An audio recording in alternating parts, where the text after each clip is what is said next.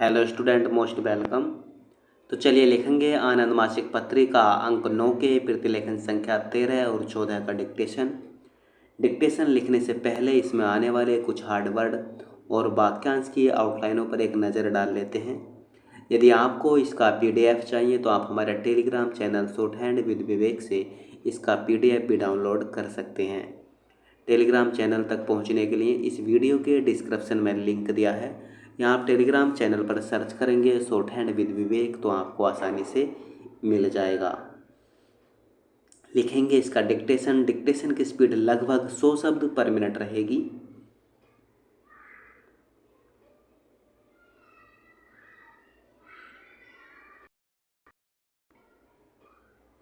तो चलिए dictation start करते हैं 5 सेकंड बाद।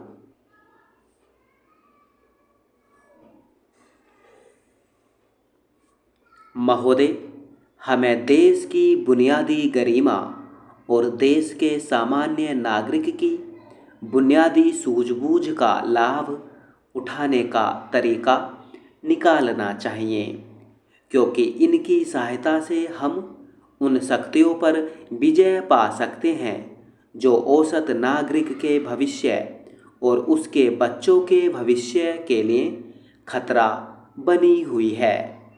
यह प्रयास केवल सरकार के स्तर पर ही आवश्यक नहीं है, यद्यपि सरकार की जिम्मेदारी बहुत बड़ी है, बल्कि कहीं अधिक व्यापक स्तर पर यह प्रयास किया जाना चाहिए। इसमें केवल राजनीतिक पार्टियों और प्रशासकों को ही नहीं, बल्कि विद्यार्थियों, लेखकों, कलाकारों, शिक्षाविदों, विभिन्न प्रकार के सांस्कृतिक और अन्य संगठनों तथा उन अन्य सब लोगों को शामिल किया जाना चाहिए जो जनसंपर्क संगठन में काम करते हैं और काम कर सकते हैं। हम यहाँ यह विचार करने के लिए एकत्र हुए हैं कि किस प्रकार यह उद्देश्य पूरा किया जा सकता है। हमें एक ऐसी व्यवस्था करनी है जो यह काम पूरा कर सके।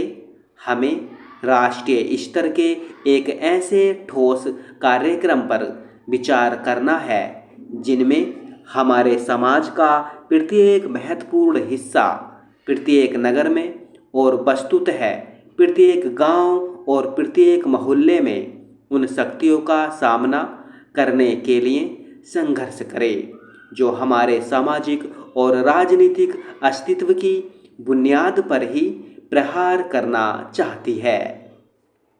मैं समझती हूँ कि यह परिषद उन सब का आह्वान करेगी जो राष्ट्रीय एकता को महत्वपूर्ण समझते हैं और उनसे आगे आकर काम करने के लिए अनुरोध करेगी। राष्ट्रीय एकता और धर्मनिरपेक्षता के उद्देश्यों की पूर्ति के लिए चलाए जाने वाला एक ऐसा व्यापक जन आंदोलन ही इस अत्यधिक गंभीर समस्या का उचित हल निकाल सकता है।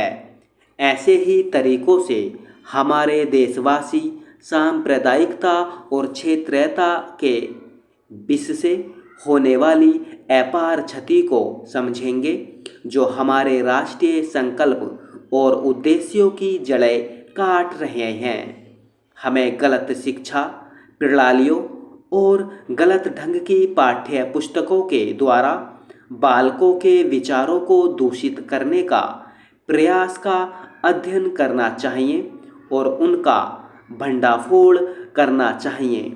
आर्थिक असंतुलन और असमानता के विघटनकारी प्रभावों का हम अध्ययन करेंगे और इनके समाधान के लिए उपाय सुझाएंगे। लेकिन मैं यह समझती हूँ कि यह अध्ययन और गंभीर विश्लेषण यद्यपि आवश्यक है, पर इनमें समय लगेगा और इस कारण से हमारा काम रुकना नहीं चाहिए। हमें विघटनकारी शक्तियों पर प्रहार करना चाहिए।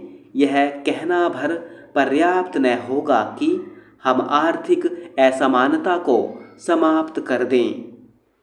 महोदय, हमें इस बात पर विशेष ध्यान देना होगा कि हमारी शिक्षा प्रणालियाँ, जो पुस्तकें हम पढ़ते हैं, रेडियो से जो प्रसारण हम सुनते हैं, जो फिल्में हम देखते हैं, वे भारतीय मस्तिष्क को विकृत न करें, बल्कि एकता और एकजुटता को बढ़ाने के लिए मार्गदर्शन करें।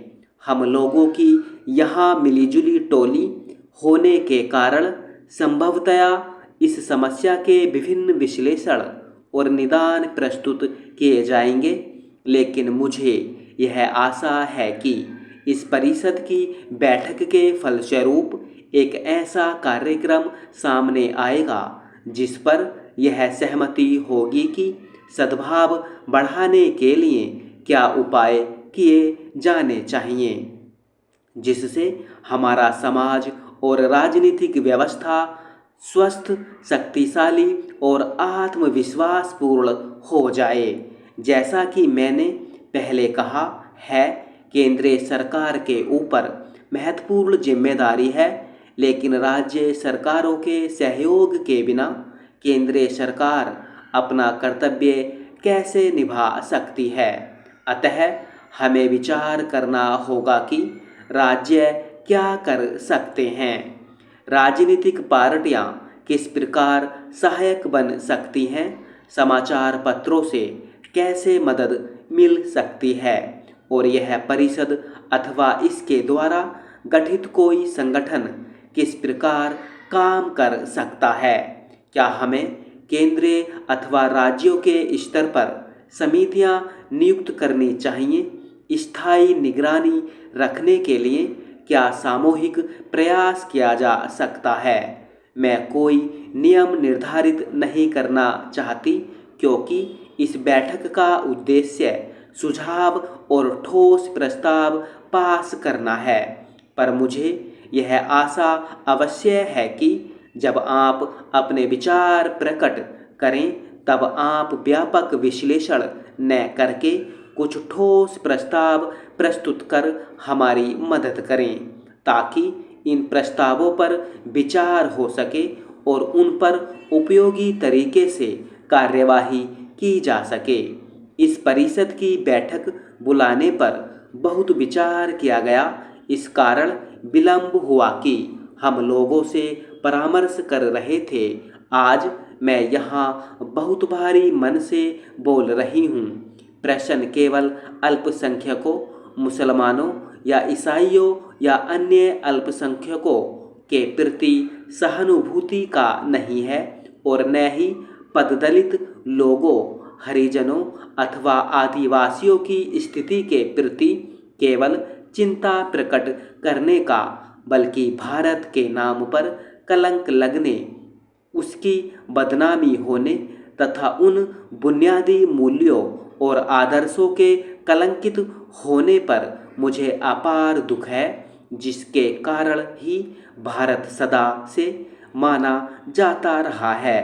मैं समझती हूँ कि आधुनिक भारत में इस काम को आगे बढ़ाया जाए। स्टॉप।